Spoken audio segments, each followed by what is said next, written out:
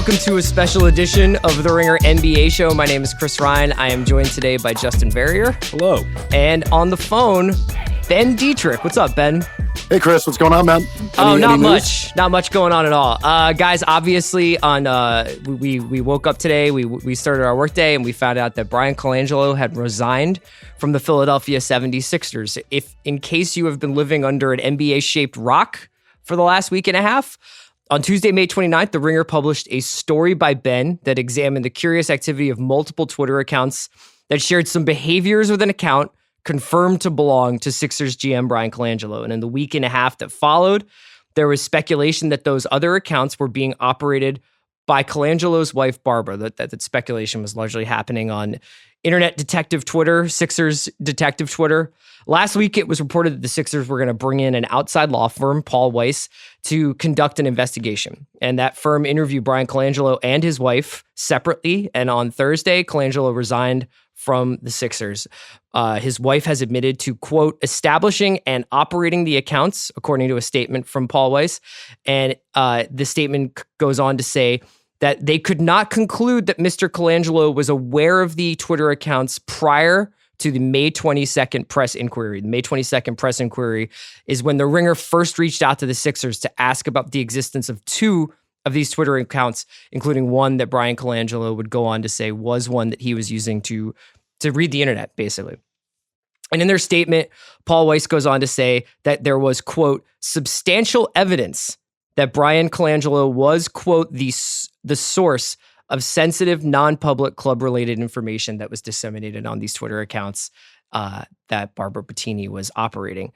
Colangelo, for his part, has released a statement today that says, in part, while I am grateful that the independent investigation conducted by the 76ers has confirmed that I had no knowledge or involvement in the Twitter activity conducted by my wife, I vigorously dispute the allegation that my conduct was in any way reckless. At no point did I ever purposefully or directly share any sensitive, non-public club-related information with her. So there is a little bit of disagreement there, obviously, between Colangelo and the Sixers in their statements.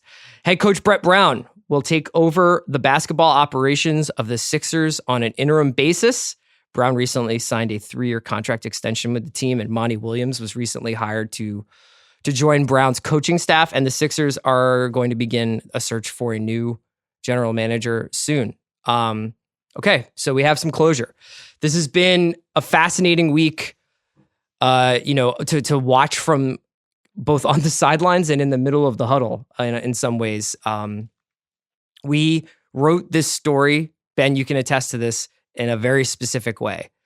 I think that there is some speculation or there's some talk about how we framed this conversation or framed this piece that Ben wrote, but it was done very precisely. It was done because there was these too strange to be coincidental similarities between these accounts, between these 5 accounts, one of which was confirmed by the Sixers to belong to Bryan Colangelo, and now the others, which we know belong to Barbara Bettini. Ben, now that this has sort of come to a conclusion, what are you thinking right now? I guess I don't want to say what's going through your mind like a sideline reporter, but now that we have some sort of finality to it, what do you think? Well, I think that's a relief to me. Just as someone who wrote the story, there was a lot of attention, a lot of eyeballs on it for obvious reasons. And to have it conclude feels good. It feels good. I can move on with my life. I don't have to talk to Chris Ryan on the phone 17 to 45 times a day. I can move on with my life. Yeah, you want to get dinner or something sometime soon? Or yeah, Ben and I have been in constant contact with each other over the course of the week because we were just curious about how this was playing out. The way the Sixers handled this, Justin, came under some scrutiny. This is a franchise that has done things, to put it in a very precise way, has done things in their own way over the last couple of seasons. Obviously, they had Sam Hinkie in charge of the team for a while. They brought in Jerry Colangelo to sort of oversee the franchise. And then, at least according to Colangelo and the Sixers, Colangelo was not a part of bringing on his son as the general manager, that he had recused himself from that search. But Bryan Colangelo joins, he's the GM, and now we're here. The time between the original publishing of Ben's story and now, there was a ton of different stuff flying around out there, but at the end of the day, the Sixers arrived at the conclusion that they arrived at.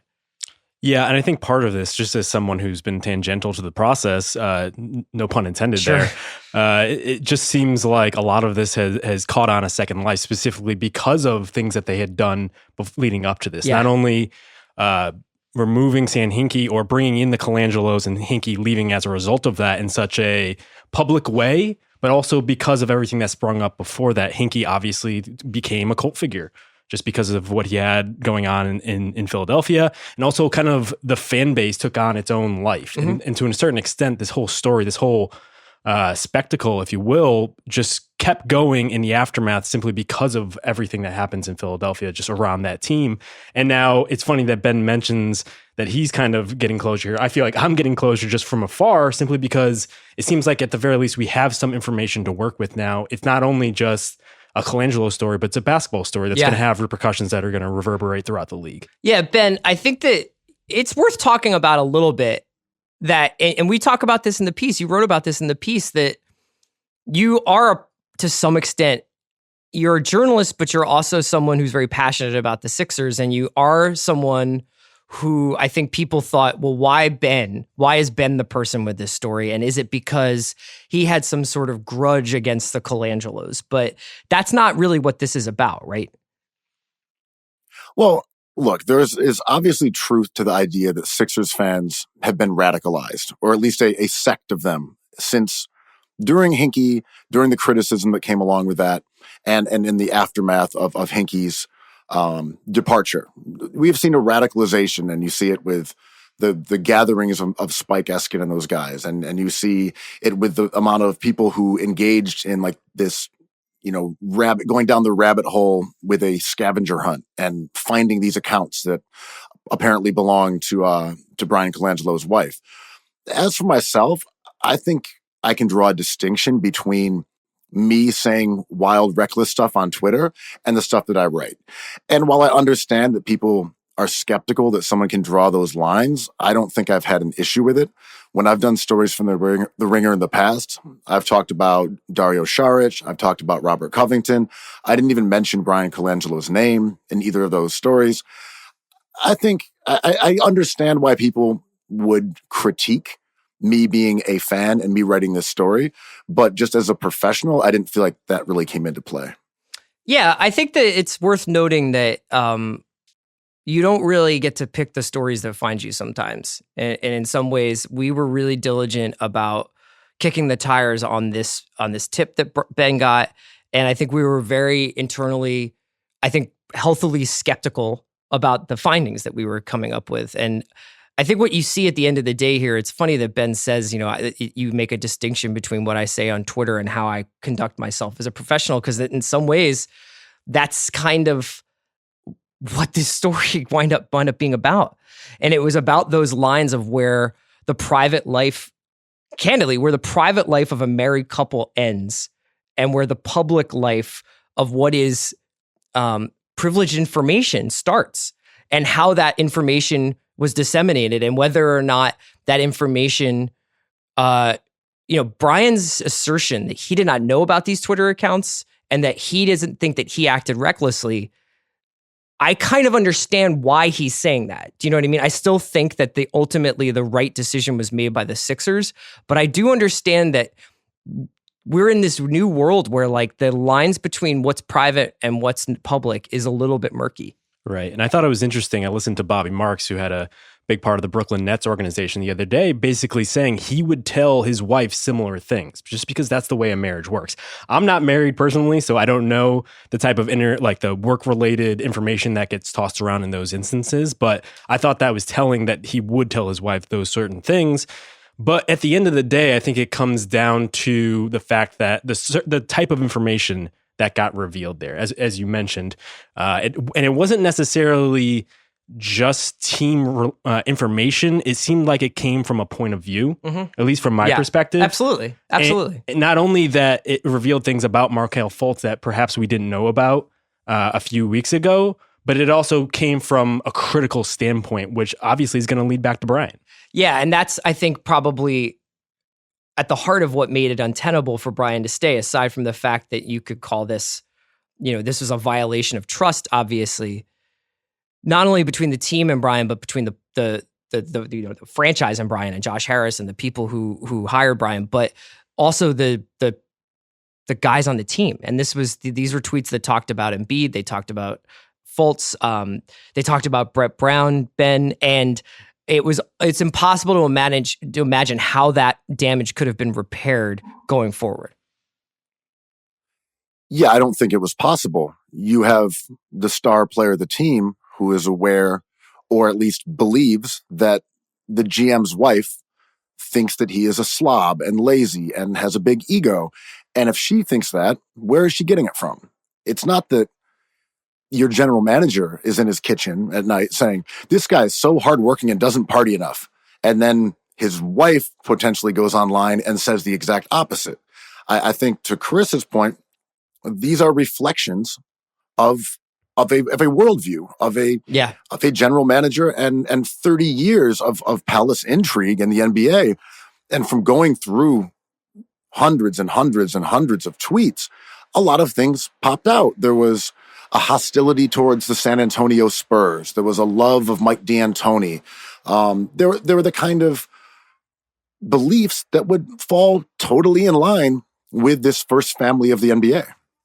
Yeah, it's sort of strange. All three of us have been working in and around the NBA for years now. And I think that we're all aware of the fact that, you hear stories, you hear rumors, you hear, oh, this guy doesn't like this guy, or there's a beef with that person, or, this agency works well with that guy, but not so well with this guy. And that stuff's hard to chase down. It's rare that you get anything as unvarnished as the tweets that you see here, where you get this almost. Oh, it was completely fascinating. It's outrageous. You're looking into the brain of like the ultimate NBA lifer. Yeah.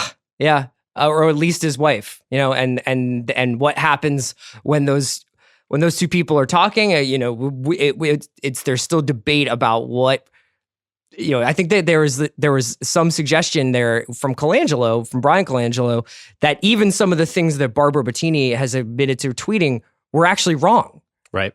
Yeah, and I think what's interesting is it does open up further questions if we're looking at this down the road about the Sixers organization, a team that we thought maybe months ago was the next dynasty in the NBA. Yeah. Maybe things aren't as easygoing as they seem. Maybe there are rifts there that we didn't see because this is the naked truth. This isn't filtered through reporting or secondary sources or whatnot. We do get to see what exactly happens in there. And as you mentioned, it did seem like there were almost disparities between some of the accounts that were given there. And if there's any indication that maybe Colangelo, this isn't entirely him, it's more of his wife's interpretation of it. One thing specifically that caught our eyes was just the Jahlil Okafor situation. Yeah, so that there was in this, and you can see this in the piece, that there had been a series of tweets that I believe it was Still Balling, the S. Bonham's account, had been actively urging Sixers writers and other people to ask about a Jahlil Okafor failed physical when he was sort of on the trade block in the 2016-17 season, I believe. And, Okafor had obviously been the odd man out on the Sixers, and he was on the trade block for a while. And then these accounts were urging people to check into a failed physical. We did check into a failed physical a little bit, and we asked a couple of teams about it, and we weren't able to come up with anything. In fact, we heard quite the opposite, that it was an issue over pick protections rather than a physical. Ben, what do you think about when you hear about something like that? You still do get into a foggy area with that. Well, we're dealing with an unreliable narrator here, and it's someone with a transparent agenda. They're online to defend Bryan Colangelo's decisions and his collars and everything he does. That doesn't mean what they're going to say is necessarily accurate, because they have one idea, and it's get on there and make sure that he looks good to internet strangers. So, right, some of the things might be true. Some might be half-truths. Some could be fully fictitious. We don't actually know, because it's coming through a prism of someone who is just there for one reason. We'll be right back with Ben, but first a quick word from our sponsor. Today's episode of the Ringer NBA Show is brought to you by ZipRecruiter. Hiring is challenging, but there's one place you can go where hiring is simple, fast, and smart. A place where growing businesses connect to qualified candidates. That place is ZipRecruiter.com/RingerNBA. ZipRecruiter sends your job to over 100 of the web's leading job boards, but they don't stop there. With their powerful matching technology, ZipRecruiter scans thousands of resumes to find people with the right experience and invite them to apply for your job. As applications come in, ZipRecruiter analyzes each one and spotlights the top candidates so that you never miss a great match. ZipRecruiter is so effective that 80% of employers who post on ZipRecruiter get a quality candidate through the site within the first day. With results like that, it's no wonder that ZipRecruiter is the highest rated hiring site in America. And right now, my listeners can try ZipRecruiter for free at this exclusive web address. That's ZipRecruiter.com/RingerNBA. That's ZipRecruiter.com/RingerNBA, RINGERNBA. ZipRecruiter.com/RingerNBA. ZipRecruiter, the smartest way to hire. Let's talk a little bit about what happens going forward. Let's talk about a little bit what happens with the Sixers. And I'm curious what you guys think are some of the knock-on effects here. Obviously, there's some work to be done to repair the relationships between the current Sixers and the franchise itself. From what you know about Brett Brown, Ben, do you think that he's the right guy to kind of to mend these fences? I don't think Brett Brown is going to remain in a GM capacity longer than necessary. I would say he's probably the ideal guy for this situation. There were some speculation in those tweets about his relationship with Nerlens Noel, but other than that, Brett Brown came off relatively unscathed in terms of his relationship with the players. There were some comments about his offense or his substitutions, but there was no material that made Brett Brown look bad as a person. So I don't think he's in any danger of losing the team or having any fallout from this. I do think if Jerry Colangelo stays on in whatever capacity that is, that could be a source of some friction, especially if he's viewed as having oversight of personnel moves, because then you're just sort of shifting this family worldview from the wife to the husband to the father, and they're all kind of incapacitated into the same idea. Mm-hmm. I don't think you can separate any of them at this point. Justin, one thing that I'm really curious about to see going forward, and Ben, feel free to chime in on this as well, is over the last couple of seasons, obviously the Sixers, they have this amazing player in Joel Embiid, but the management of his minutes, the management of his health, both on the part of the team, and you could argue on the part of the player in terms of how the player is managing his own career, has been a real source of debate, right? And minutes limits, whether or not his injuries are being properly communicated to both the press or the medical staff, or however you want to frame that. And at the end of the season, when they were in the playoff series against Miami, Embiid obviously on the bench for the first two games of that series, sent out a series of like, I'm tired of being babied kind of messages. Do you think that we'll see a different kind of relationship between the front office and players like that when it comes to their career management? Yeah, I think that to Ben's point, I think it's educational to look at what happened in the aftermath of that whole instance with Embiid in the playoffs, which was, I believe Brett Brown in the press conference that night stood up for Embiid, said he loved that his passion came out in that instance, that he wanted to play. And I think if you're looking at it going forward, maybe Brown is the best person to handle it, just because everything you hear about him is that he's so good at managing the players. People respect his voice. He does come from the pop tree. Seems like a guy like LeBron definitely values that. And so I do wonder if even if it is in an interim basis, if having Brett to kind of manage the situation will benefit them in the long run. Yeah, I agree. I mean, if you look at the one guy who's ended up beloved from this entire fiasco going back several years is Brett Brown. And you can tell the players respect him. He always has their back. He is a good coach if you look at any sort of metrics, whether it's, the amount of passing, high value shots, transition defense. He stands out as being pretty much good at what he does across the board and respected by everyone, including the press. I think he's really ideal. The one thing for me is that whoever comes in has a lot of decisions to make, because the Sixers are really front-loaded on the roster. Yeah. So you have so much great talent, but it's all at power forward or center. And, Covington might even be a power forward if he was on a team like the Rockets. So I think that's the big issue is Brett Brown going to make personnel decisions? I don't know, but someone has to in 3 weeks. Well, it sounds like he'll definitely be in charge of selecting the number 10 pick in the draft and the 26th pick in the draft. I almost wonder whether or not this is a draft that they'll just be like, let's just make smart, responsible picks and not get too creative with packaging 10 and 26 and someone else for something. I wonder if you'll see a little bit more of a conservative style going into the summer. But look, Bryan Colangelo, the sell, his tagline was essentially relationships. The attractive part about him as a GM was supposed to be, I have got decades of time spent in this league, and this is a huge free agency summer for the Sixers. Justin referred to this earlier. We had been talking throughout that 16-game win streak or however many games it was, and then into the playoffs, the Sixers are all of a sudden a LeBron destination. They're a real player in that regard. They could get into the Paul George mix. They could try to put together something that would entice the Spurs to give up Kawhi. They were going to get into the top 5 player destination mix.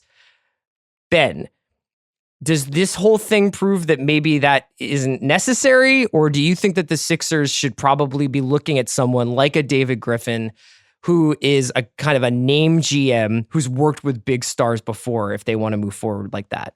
Right. I mean, the benefit of Colangelo coming in was supposed to be optics and professionalism, right? So you don't necessarily get what you hire someone for, if that's Sure. the way we're going forward here. I think Griffin is an accomplished GM. He's got relationships with guys like LeBron. I also think you could look at someone like Mike Zarin and say, this guy is really smart and has helped build a very strong Boston team. I don't know if players care that much. I think you look at the opportunity, if you were a player, to take the court alongside Joel Embiid and Ben Simmons and Covington and play for Brett Brown. And you say, this is a good opportunity. We can win some games. They'll pay me a lot of money. It's a big market. Let's rock. Yeah. I don't know if having a respected GM really matters to a player. We talk about, I just thinking about what Ben just said, LeBron James went back to Cleveland to play for a guy who dissed him in Comic Sans. Ben's right. Ultimately money and opportunity talks. Right. And he didn't pick his coach. And the coach left in pretty quick fashion as a result of that. And LeBron is effectively said in certain situations that it doesn't necessarily matter who is in charge there. He's going to make a lot of decisions, which is why I think a lot of the speculation has targeted the Lakers simply because it is almost like a blank sheet of paper where you could do anything with it. Yeah. I think it is educational, though, if we look at what the Sixers are going into. What the Hawks went through with Mike Budenholzer. Interesting. It does feel like in the aftermath of Danny Ferry leaving, Budenholzer got more power than anyone expected he would. Yeah. And Brett Brown, obviously also coming from the pop tree. I believe they got hired maybe in the same season or maybe around the same season. But now he's in a position where I do wonder what's going to shake out going forward. And I wonder what's going to happen in the transition of power from Brett as he's running the draft, running the front office to somebody else. There are a lot of machinations that are going to be difficult to manage going forward. In a lot of the times you'll see a GM wants to be able to pick their coach. In this case, it might be a coach picking their GM because this is a coach who's got a 3-year extension. He's the safe pair of hands who's guiding this franchise. I wouldn't be surprised if Brett had a lot to do with the next GM. Do you agree with that, Ben? I think that's absolutely true. I don't think you're going to find someone who is at odds with Brett Brown. He does seem like an affable guy. Maybe that conceals a reptilian, hatred beneath the surface, but that does not seem like the Brett Brown that is enjoyed by pretty much everybody around the league. I think the timetable here is what's really interesting because we're 3 weeks away from free agency. And as you guys said, this is a critical juncture for the team. And when I look at this roster, I don't see a lot in the front, in the backcourt. It's actually pretty disturbing when you say this is a team that intends on contending next year, and you've got 0 rotational players or proven rotational players in the backcourt under contract in a guard-dominated league. Yeah. Whoever is GM, actually, it's a plum job that has some immediate, really tough decisions. Like, what do you do with Markelle Fultz? Is in 3 weeks, will you know? What are you going to do with any of these guys in the backcourt? Are any of them starters? If not, you got to figure out how to spend your money or go and get a LeBron and then fill it up with guys who make less money or do trades. It is an intricate situation for a GM. Yeah, there's not a lot of time to assess things. Right. And I don't want to oversell it, but the next couple of weeks could dictate the future of the NBA for the next 5 years or so. LeBron is in play. Paul George is in play. No pressure. Sorry, not to undersell this. Yeah, exactly. It's just the Sixers are almost like everything was leading into this summer for them to figure things out, because Joel Embiid's extension is going to kick in shortly, and then you have Ben Simmons to come in a few years. We don't know about Markelle Fultz, but their cap is already essentially committed, and thus they need to take advantage of this loan window in order to build upon it. Yeah. I mean, it'll be a fascinating couple of weeks with the Sixers. Ben, any final thoughts before we sign off? I don't know. I'm just going to move on and find a new slant. Yeah. All right. You have a cold one. You deserve it. Justin and I will keep an eye on the story. Thanks for listening. And Ringer NBA Show will be back tomorrow. Oh, and also, I just want to thank you guys as well, man. Thanks for helping me through the story. Ringer guys, everyone was great. My buddy Andrew Quo really helped me with stuff. And of course, the Enough Sixers tipster and the army of Sixers lunatics. Like, it was not a Ben Detrick production. There was a lot that went into this from a lot of different people. All right. Thanks so much, Ben. We will talk to you soon. Thanks for listening. Thank you, man. Thanks, Ben.